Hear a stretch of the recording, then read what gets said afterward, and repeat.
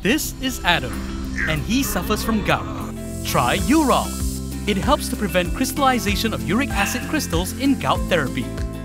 Urol, effective urinary alkalinizer for gout.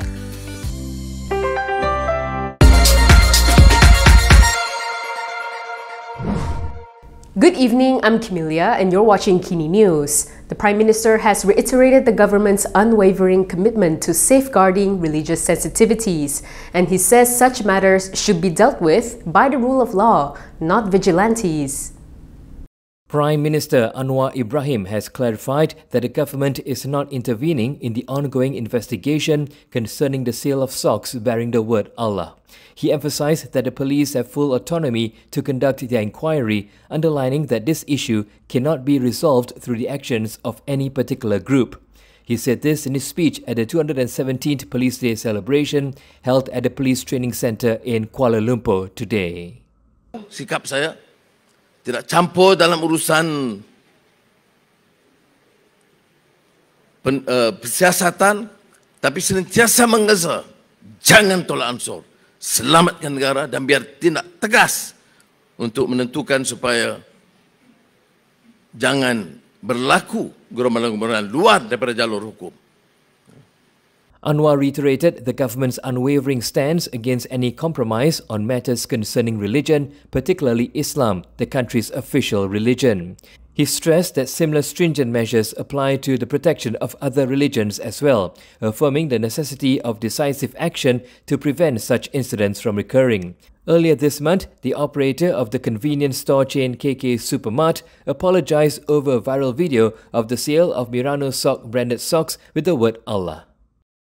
Bersatu's Ahmad Fayhsal drops a bombshell claiming PM Anwar Ibrahim's rep handed over an opposition funding draft to Hamzah Zainuddin. However, based on the government reaction, this could be a figment of one's imagination. Bersatu Youth Chief Ahmad Fayhsal Ahmad Kamal has claimed that a representative of Prime Minister Anwar Ibrahim had given a draft agreement on funding for the opposition to Hamzah Zainuddin. This was in response to PKR MP Muhammad Taufik Johari, who criticised Perikatan Nasional for creating fake news over the matter. In his post, Wan Fayhsal wrote that PMX doesn't tell you everything, so neither you nor the Deputy Prime Minister would know it's not fake news. Yesterday, Deputy Prime Minister Fadillah Yusof had denied the existence of the draft agreement. Fadillah, who is also the government's chief whip, said no draft document was submitted or received during his meeting with Hamzah Zainuddin in Parliament on March 19th. This came after Hamzah, who is also the Larut MP, said the opposition had received a draft document detailing matters related to negotiations on allocations for opposition MPs. Government spokesperson Fahmi Fadzil had also denied Hamzah's statement regarding the matter and confirmed that Fadilah's meeting with the opposition leader was only to hear their views. Imagine being told by the Minister of Communication to shut up. That's coming up next. But do you know who doesn't need to shut up? People who subscribe to the Kini Morning Brief. It's Malaysia Kini's free flagship newsletter that sends you summarized key news and analysis straight to your inbox 3 times a week. Scan the QR code on screen to sign up for free now. Communications Minister Fahmi Fadzil has fired back at Machang MP Ahmad Fayhsal Ahmad Kamal. The PKR leader advised his PN rival to keep his mouth shut if he lacks knowledge on a subject. Saya rasa kalau ahli Parlimen Machang tak tahu apa-apa, he should just keep his mouth shut. This comes after Wan Fayhsal said that Prime Minister Anwar Ibrahim gave opposition leader Hamzah Zainuddin a draft agreement on constituency funds through a representative. Ya, saya tak pasti sama ada ahli Parlimen Machang cetak draft dia sendiri. Sebab sebelum ni dia pernah kata untuk selesaikan masalah ekonomi kita kena cetak wang, ya. Jadi tapi seriously, saya telah semak dengan pejabat Perdana Menteri, ketua setiausaha politik tidak ada memberikan apa-apa draft, dan beberapa orang setiausaha politik juga saya telah hubungi dan setakat ini tidak ada. Ya. However, Wan Ahmad Fayhsal countered Fahmi's assertion, maintaining that the draft does indeed exist and can be verified by Perikatan National Whip Taqiyuddin Hassan, who was also present. Addressing doubts about the draft's existence, Wan Ahmad Fayhsal asserted, for those questioning whether the draft exists or not, I can verify that it initially did. He added, but whether those in the government were informed of it, I don't know. UMNO Youth Chief Muhammad Akmal Saleh keeps the heat on KK Mart. The latest showdown, a banner featuring Melaka Chief Minister Abdul Rauf Yusof. UMNO Youth Chief Muhammad Akmal Saleh has continued with his actions against KK Mart. The latest dispute involved a banner featuring Melaka Chief Minister Abdul Rauf Yusof being hung outside one of their outlets in Melaka. In a post on Facebook, Akmal said that he had asked the chain store to put up a banner of apology following the Allah Socks controversy. However, he said instead a banner promoting Jualan Insan Rahmah or Rahmah sales touting Visit Melaka 2024 with the CM's image was raised. Akmal claimed that KK Mart raised the banner without permission from the Housing and Local Government Ministry or getting the permission of the Chief Minister to include his picture. He then asked the ministry to carry out enforcement in accordance with the existing laws and instructed them to take it down. In his post, Akmal said, "You can make any sale, sell cheap items anyhow, we will stick to our stand permanently, which is to boycott KK Mart." He also posted pictures of a poster that was initially on display in front of a KK Mart being taken down by authorities. He added that their dignity cannot be bought and thanked the Melaka chapter of the Housing and Local Government Ministry for its quick action. Akmal has been at the forefront of the boycott KK Mart movement, which emerged last week when images of the socks with the name Allah being sold at the Bandar Sunway outlet of KK Mart went viral on social media.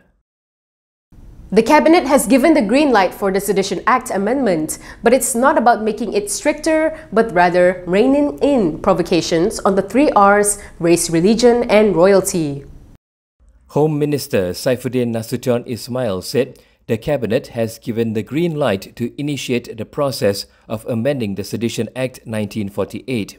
He said the goal is not to make it more restrictive, but towards curtailing the provocations on 3R, which are race, religion and royalty issues. In an episode of Keluar Sekejap, which aired yesterday, he said that during audiences he had with the Malay rulers, they had questioned why attacks against the royal institution go unpunished. He said such views must be given due consideration as the monarchy's role was enshrined in the constitution. In line with this, Saifuddin said the government's position is that the Sedition Act should be used against provocations against religion and royalty and not for politics. He added that Prime Minister Anwar Ibrahim had told us to fight politics with politics and not to use the Sedition Act. Last July, the government announced that it had agreed in principle to amend the Sedition Act to better protect the monarchy. If you've shopped online, you know sometimes the thing that arrives isn't exactly the thing you ordered. Some people feel exactly that about Anwar's first term. However, some believe Anwar is well on his way for a second term in office. PKR Secretary General Saifuddin Nasution Ismail has expressed optimism regarding Anwar Ibrahim's potential for a second term as Prime Minister. Speaking on the Keluar Sekejap podcast aired yesterday, Saifuddin said with the clarity achieved in his first term, the prospect of a second term is an aspiration.